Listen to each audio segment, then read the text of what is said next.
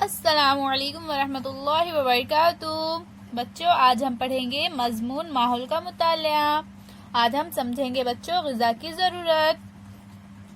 تو بچوں، دن بھر میں جو کھانے اور پینے کے اجزاء ہمارے پیٹ میں جاتے ہیں ان سب کو ملا کر خوراک کہتے ہیں۔ جیسے بچوں مثلاً روٹی، چپاتی، سالن، دودھ، چائے، کافی، شربت وغیرہ، یہ سب چیزیں ہمارے پیٹ میں جاتی ہے تو ان سب کو ملا کر کیا کہتے ہیں؟ خوراک کہتے ہیں۔ خوراک کم یا زیادہ ہونے کے وجوہات دیکھیں گے بچوں ہم اب۔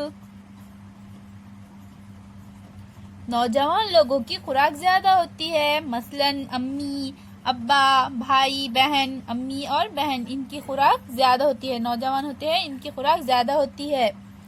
اور بزرگ لوگوں کی غذا کم ہوتی ہے، جیسا کہ دادی، دادا، ان لوگ کی غذا جو ہوتی ہے وہ کم ہوتی ہے۔ محنت کا کام کرنے والوں کی غذا زیادہ ہوتی ہے، جیسا کہ بچوں مزدور یا پھر وزن اٹھانے والے، یہ جو لوگ محنت کا کام کرتے ہیں، اس طرح سے وزن اٹھاتے ہیں، ان لوگ کی غذا زیادہ ہوتی ہے۔ اسی طرح سے بچوں بیٹھ کر کام کرنے والوں کی خوراک کم ہوتی ہے، جیسا کہ مثلاً کمپیوٹر پر بیٹھ کر کام کرنے والے اشخاص، یہ جو لوگ کمپیوٹر پر بیٹھ کر کام کرتے ہیں یا پھر اس طرح سے کرسی پر بیٹھ کر کام کرتے ہیں، ان لوگوں کو غذا کم لگتی ہے کیونکہ یہ بیٹھ کر کام کرتے ہیں، زیادہ محنت نہیں کرتے۔ بڑے ہوتے وقت جسم کی نشو و نما تیزی سے ہوتی ہے، اس لیے اس وقت لڑکے اور لڑکیوں کو بھرپور خوراک ملنا ضروری ہے۔ بڑھتی عمر میں جسم کی جھیج کی مرمت کرنے کے لیے متوازن غذا ضروری ہے۔ اس عمر میں مناسب غذا نہ ملنے پر بھوک مری ہوتی ہے۔ لڑکے اور لڑکیوں کو یکساں مقدار میں غذا ملنی چاہیے۔ آؤ مشق کریں۔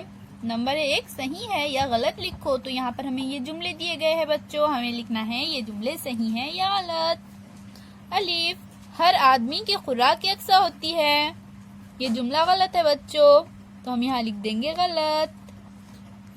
ب، لڑکیوں کو لڑکوں سے کم غذا کی ضرورت ہوتی ہے، یہ جملہ بھی غلط ہے، تو ہم یہاں لکھ دیں گے غلط۔ ج، دادا دادی کی غذا ہلکی اور متوازن ہونا چاہیے، یہ جملہ صحیح ہے، تو ہم یہاں لکھ دیں گے صحیح۔ اللہ حافظ بچوں۔